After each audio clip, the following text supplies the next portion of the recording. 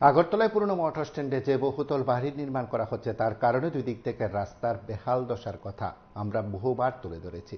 সেদিক থেকে আগরতলা পুর নিগমের mayor Dipak Majumdar, smart city মিশনের সিইও ডাক্তার শৈলেশ কুমার যাদব সহ অন্যান্যরা এই সময়ের মধ্যে সংস্কার কাজগুলো তারা খতিয়ে দেখছেন। রাস্তার কাজের অগ্রগতি কতটা হয়েছে তা মূলত খতিয়ে দেখতে সেখানে গেছেন। মুখ্যমন্ত্রীও আমাদের নির্দেশ দিয়েছিলেন এবং দপ্তরকে এই সকল রাস্তায় কাজ চলছিল, সেই কাজগুলি সমাপ্ত করা যায় যতটা সম্ভব। আমাদের মিয়া সাহেব স্মার্ট কমিশনার সাহেব আছেন, সিও, খুবই ভালো কাজ হয়েছে, যেগুলি আমরা আমাদের মুখ্যমন্ত্রী চাইছিলাম বা আমরা বলেছিলাম যে পুজোর আগে আমরা চেষ্টা করবো যে কাজগুলি হাতে পাখি এই এলাকাটা রাস্তাটা বন্ধ ছিল, কাজ করা হচ্ছিল। একটা পর্যায়ে কাজ কমপ্লিট হয়ে গেছে, এখন বলবো যে সুন্দরভাবে এখানে কাজ চলাচল করতে হবে, মানুষ দিতে পারবে, সেটা আজকে অনুষ্ঠিত করাতে হয়। এই রাস্তাটা প্রায় 10 মিটার পাশে আছে, রাস্তাটা সলিড করা দেওয়া হয়েছে। পরবর্তী সময় পুজোর পর আমরা এটা করা হবে। ওই রাস্তাটা মেরামত আজকে সেটা বন্ধ করেছিল তাদের জন্য আজকে ভিজিট করা এবং প্রতি রাস্তা যেখানে যেটা স্মার্ট সিটি ইমপ্লিমেন্ট করার কথা, যেটা করতে করার কথা, নবান্নের কথা, পরিবহনের করার কথা, বিভিন্ন ওয়ার্ডের কাজগুলি আমরা যদি বৃষ্টির মধ্যে বাচ্চার দুর্যোগের মধ্যেই চেষ্টা করা হচ্ছে যাতে সবগুলি কাজ ছাড়াই করা যায়। এইভাবে কিন্তু কাজ করতে আসছি। আমি খুবই খুশি, আমি ধন্যবাদ জানাই সিও সাহেবকে যে উনি কথা রেখেছেন যে পুজোর আগে উনি আগরতলা শহরে যে কাজগুলি হাতিয়ে নিয়েছিলেন সেগুলি যতটা সম্ভব তৈরি করে দেবেন যাতে মানুষ চলাচল করতে পারে।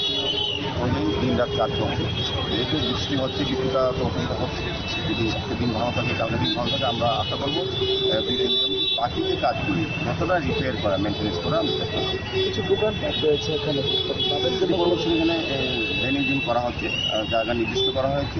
যেহেতু আর পূজা 3-4 দিন সবটা কাজ শেষ করা যাবে না, কাজ করার অসুবিধা হচ্ছে, সেই কারণে পুজোর পর বাকিটা হবে। তো আমার মনে হয় একটা সিস্টেমই আগরতলা শহরে সাজানো হচ্ছে। পূজার আগে বাকি শহরের বাকি রাস্তাগুলো কি মানে কাজ সম্পূর্ণ করা যাবে কি? পুজোর আগে বলতে পুজো ছড়িয়ে যাচ্ছে, শুরু হয়ে যেতে পারে একদম। যে কাজগুলি বড় বড় গর্ত বা কত অসুবিধা হচ্ছে সেগুলিকে আমরা সারাই করে দেওয়া হচ্ছে। এখন তো আইসি হলো আপনি ব্ল্যাক টপিং বা কার্পেটিং করতে পারবেন না বৃষ্টির জন্য, কিন্তু আমরা যাতে মানুষ চলাচল করতে পারে, গাড়ি কিভাবে চলাচল করতে পারে, পুজোতে কোনো অসুবিধা নয় সেদিকে আমাদের সমস্ত রাজ্য সরকারের মুখ্যমন্ত্রীর নির্দেশে আমরা সমস্ত দপ্তর তৎপরশীল কাজ করছি। খারাপ অবস্থায় ছিল একদম। তো আমরা যেটা উদ্দেশ্য করেছিলাম যে 3 তারিখ থেকে 10 তারিখ একটা রাস্তা করবো আর 10 তারিখ থেকে 20 তারিখ সেকেন্ডটা করবো, কিন্তু রোজ দিন বৃষ্টি হয়েছে, ওই জন্য একটাই করতে পেরেছি আমরা। এদিকে রাস্তা আজ থেকে ওপেন করছি আমরা।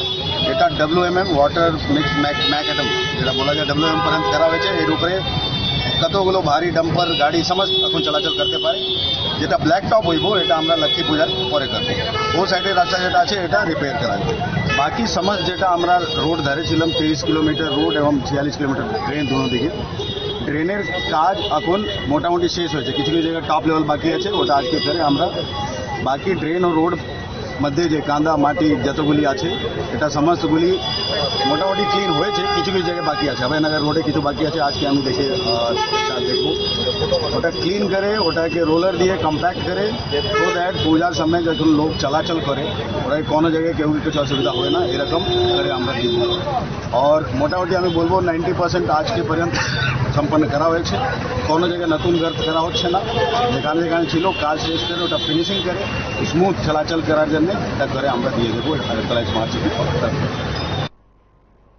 আপনারা শুনলেন সেখানে আগরতলা পুর নিগমের মেয়র এবং স্মার্ট সিটি মিশনের সিইওর প্রতিক্রিয়া।